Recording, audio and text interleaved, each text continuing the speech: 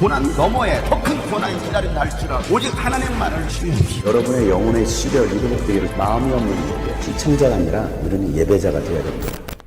샬롬, 이 복된 주일에 하나님의 은혜와 평강이 여러분의 삶에 가득하기를 축복합니다. 오늘도 주의 성령의 인도하심 따라 열매 맺는 하루가 되기를 간절히 소망합니다. 함께 나눌 말씀은 고린도후서 7장 2절부터입니다. 여러분은 마음을 넓혀서 우리를 받아주십시오. 우리는 아무에게도 부당한 일을 한 적이 없고 아무도 망친 적이 없고 아무도 속여서 빼앗은 일이 없습니다. 여러분을 책망하려고 내가 이런 말을 하는 것이 아닙니다. 내가 전에도 말하였거니와 여러분은 우리 마음속에 자리 잡고 있어서 죽어도 같이 죽고 살아도 같이 살 것입니다. 나는 여러분에게 큰 신뢰를 두고 있으며 여러분을 매우 자랑스럽게 생각합니다. 우리의 온갖 환난 가운데서도 나에게는 위로가 가득하고 기쁨이 넘칩니다. 우리가 마케도니아에 이르렀을 때에도 우리의 육체는 조금도 쉬지 못하였습니다. 우리는 여러 가지로 환난을 겪었습니다. 밖으로는 싸움이 있었고 안으로는 두려움이 있었습니다. 그러나 시르에 빠진 사람을 위로해 주시는 하나님께서는 디도를 돌아오게 하심으로써 우리를 위로해 주셨습니다.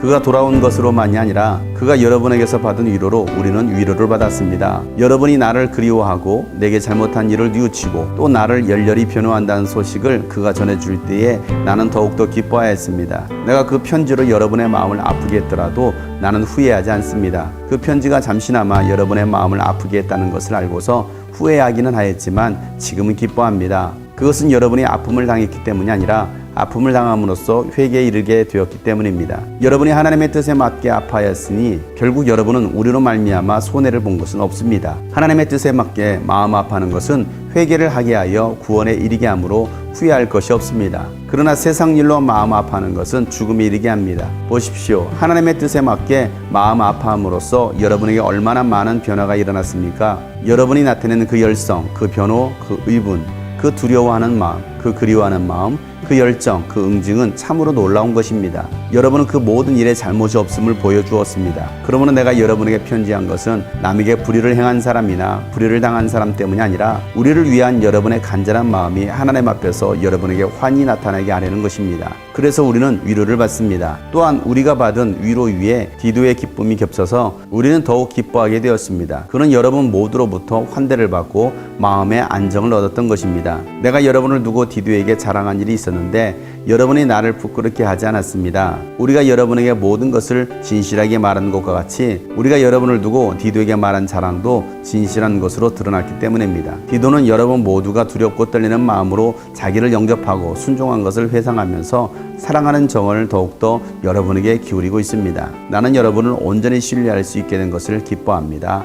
아멘. 바울은 고린도 교회 성도들이 바울의 사도성을 인정하지 못하고 거짓 사도들의 가르침을 받아 미혹되어 바울이 전했던 그 복음에서 떠난 것을 마음 아파했습니다. 그래서 바울은 어떻게 해서든지 이 고린도 교회 성도들이 하나님의 말씀으로 바로 세워지기를 바랬던 것입니다. 거짓 교사들에 의해서 미혹되었던 고린도 교회 성도들은 사도 바울을 믿지 않으려고 했습니다. 바울에 대해서 많은 부분을 오해했던 것입니다. 그런 오해에 대해서 바울은 2절에 이렇게 말을 합니다. 아무에게도 우리는 부당한 일을 행한 적이 없고 아무도 망친 적이 없고 아무도 속여서 빼앗은 일이 없다라고 말을 하고 있습니다. 고린도 교회 성도들 가운데는 바울이 헌금을 빼돌렸을 거라고 생각하기도 했습니다. 그런 말을 들었던 바울의 마음은 어떻겠습니까? 목숨까지 아끼지 않고 복음을 위해서 고린도 교회 성도들을 위해서 애썼던 그 바울의 마음을 이해하지 못하고 오히려 바울에 대해서 이렇게 모함하고 오해하는 소리를 들었을 때 바울의 마음은 찢어지는 듯 했을 것입니다. 그럼에도 불구하고 바울의 마음속에는 고린도 교회 성도들이 자리 잡고 있었습니다. 죽어도 같이 죽고 살아도 같이 살 것이다라고 오늘 바울은 말을 합니다. 여전히 고린도 교회 성도들을 신뢰하고 있고 그 성도들을 매우 자랑스럽게 생각하고 있습니다. 저도 이런 오해를 당할 때 마음이 아픕니다.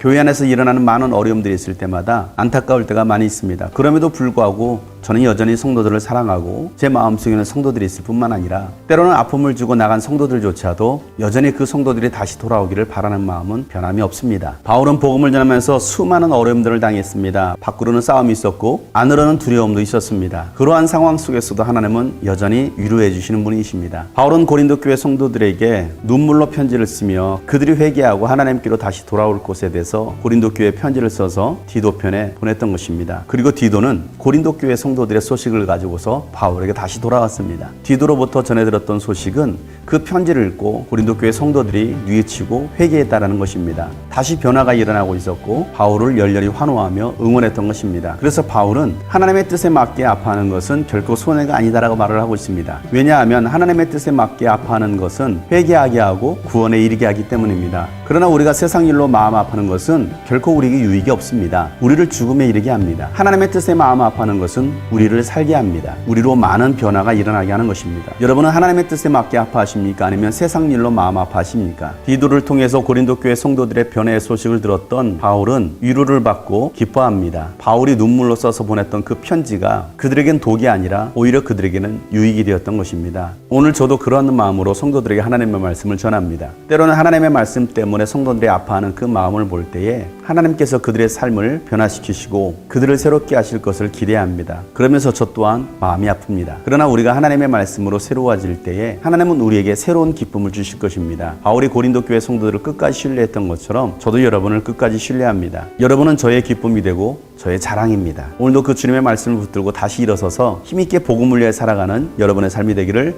간절히 축복합니다. 아버지 사랑합니다. 아버지 감사합니다. 아버지 나